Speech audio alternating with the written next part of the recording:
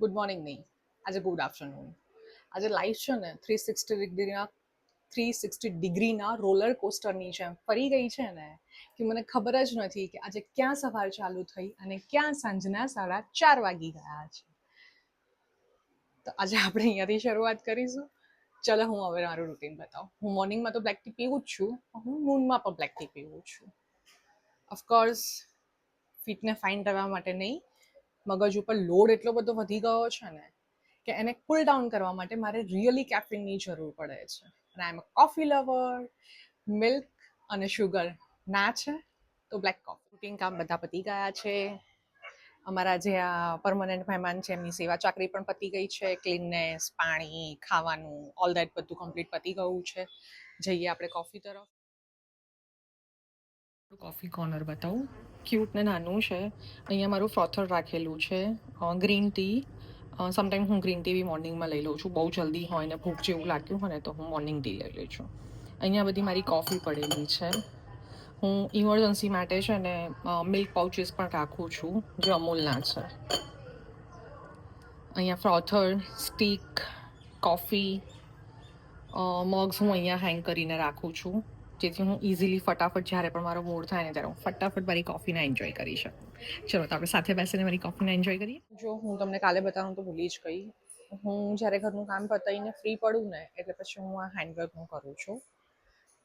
આ એક છે ને અંગરખા ટાઈપનો બ્લાઉઝ છે, એમાં એમ્બ્રોઇડરીઝ મેં કરેલી છે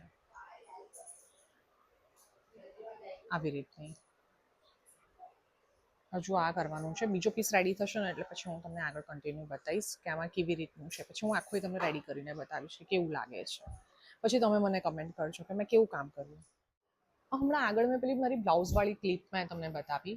એ બતાવ્યા પછી હું મારી કોફી એન્જોય કરતી હતી અને મારું કામ મેં ચાલુ કન્ટિન્યુ કરી દીધું હતું. એ કરતાં કરતાં છે ને મને વિચાર આવ્યો કે શું આ ક્લિપ મૂકવી ઓકે છે.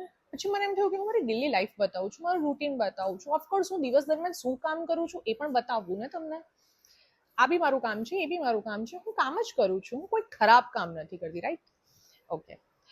પછી મને વિચાર એક કન્વર્સેશન મને યાદ આવી ગયું કે મારા એક બહુ નોન છે, એકચ્યુઅલી હતા, મારી માટે નથી, જેણે મારા બહુ ક્લોઝ વનને આ એક ઇન્સિડન્ટ કીધો હતો. અધરવાઇઝ એ લોકોનું કોઈ કન્વર્સેશન હતું. એ કન્વર્સેશનમાં એવો પાર્ટ હતો કે ફલાણું ઢીકણું XYZ કોઈ વ્યક્તિ છે, એ ફાઇનાન્શિયલી તકલીફમાં છે.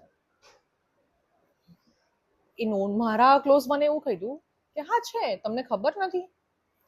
તો ધેન શી સેડ કે એને જોઈને તો મને લાગતું નથી કે તકલીફમાં છે. અને આ બધું કન્વર્સેશન મારા ક્લોઝ વને મને જ્યારે આવીને કીધું ને ત્યારે મને એમ થયું કે તકલીફમાં હોય તો એ વ્યક્તિ બતાવે કેવી રીતે કે એ તકલીફમાં છે. એ તો નોર્મલી એના એઝ રૂટીનમાં હતું. એટલે મારો પહેલો ક્વેશ્ચન તો એ છે કે માણસ તકલીફમાં હોય તો શું કરે? એના જૂના સારા કપડાં હોય તો એને ફાડી નાખવા જોઈએ? પેલા ફાટેલા થીગડાવાળા કપડાં પહેરે તો જ એ તકલીફમાં હોય તો દેખાય? કોઈ મેન્ટલી તકલીફમાં હોય, કોઈ ફિઝિકલી તકલીફમાં હોય, કોઈ ફાઇનાન્શિયલી તકલીફમાં હોય, પણ ધેટ ડઝન્ટ મીન કે એનું જે ગ્રૂમિંગ છે એ સાઈડ કરીને એ બિચારું બાપડું બનીને રહી જાય. મને છે ને સમટાઈમ આવા વાહિયાત લોકોના વિચારો ઉપર છે ને મારું માથું છે ને ફાટી જાય અને મને એમ થાય કે એ લોકો જોડે લાઈફ ફાઇટ કરવા બેસી જાઉં. તમે એને જોઈને જજ ના કરી શકો કે એ તકલીફમાં છે. હા, એને ફાટેલા કપડાં પહેરે છે ને તો જ એ તકલીફમાં છે. એ એક્ટિવા લઈને ફરે છે ને તો જ એ તકલીફમાં છે. એ ચાલતા દેખાયો, અરે બાપરે, ચાલતા દેખાયો, એ તકલીફમાં છે. એ રોજ પાણીપુરી ખાય છે, આજે પાણીપુરી એને ના ખાધી ને એટલે એ તકલીફમાં છે. એ રોજ કોફી પીવા જાય છે, આજે એને કોફી ના પીધી ને આજે એ તકલીફમાં છે. અરે ભાઈ, તમે માણસોથી ઉભઈ જાઓ છો તો લોકો એ નિર્જીવ વસ્તુઓથી ના ઉભઈ જાય? પણ હું બતાવતી નથી તો દેટ ડઝન્ટ મીન કે હું કોફી પીતી નથી. સેમ, માણસ સારા કપડાં પહેરીને ફરે છે, દેટ ડઝન્ટ મીન એ તકલીફમાં નથી. અરે ભાઈ, એ એની ઇજ્જત આબરૂ સાચવીને બહાર નીકળે છે, ઘરની બહાર નીકળે છે તો સારા કપડાં પહેરીને નીકળે છે. એને નથી બતાવી એની તકલીફ, પણ તમે એને એના ડ્રેસિંગ સેન્સ ઉપરથી જજ ના કરી શકો ને કે તકલીફમાં છે કે નહીં. એમ મને તો છે ને એ કન્વર્સેશન સાંભળ્યું છે ને ત્યારનો મને સતત એ પ્રશ્ન આવે છે. મને એમ થાય કે હું કોને જઈને પૂછું આ સવાલ કે તકલીફમાં કેવી રીતે દેખાવાનું. મને એ ક્વેશ્ચન ઉપર હસવું પણ આવે છે. એ વ્યક્તિ મારા કરતાં એજમાં પણ ઘણું મોટું છે.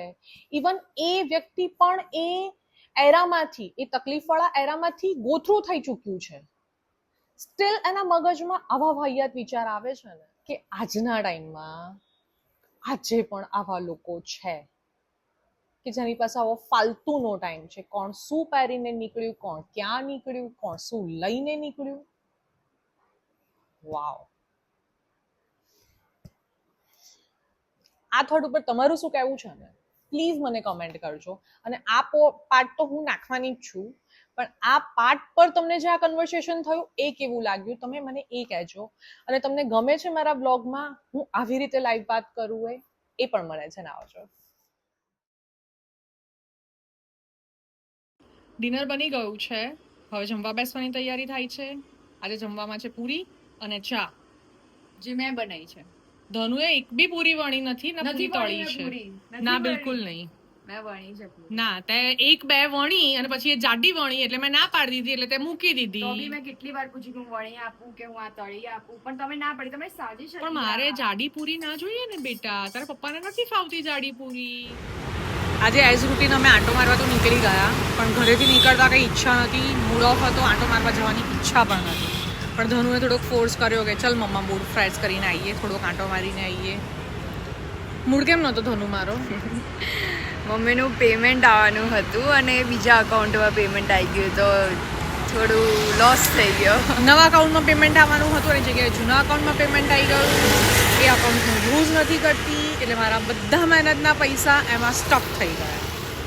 ઠીક છે. અને એટલો બધો અફસોસ થાય છે ને, કરીને મતલબ નથી. બધી મહેનત ઉપર મારું પાણી ફરી ગયું. પાણી ના કહેવાય. હવે જે આપણો નસીબ ના હોય આપણને કોઈ બી વેમાં મળી જાય, નહીં હોય તો ના મળ્યા. It is what it is. થવાનું હતું થઈ ગયું, અફસોસ કેમ કરવો છે?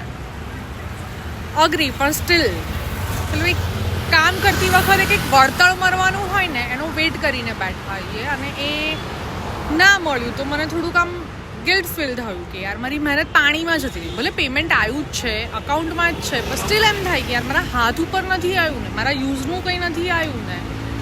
એનીવેઝ ઓકે, આયા છીએ, બેસીશું, થોડો મૂડ ફ્રેશ કરીશું, જોઈએ આઈસ્ક્રીમ ખાવાની ઈચ્છા છે, ખાઈશું તો ફરીથી મળીશું, નહીંતર પછી ઘરે જઈને મળીએ.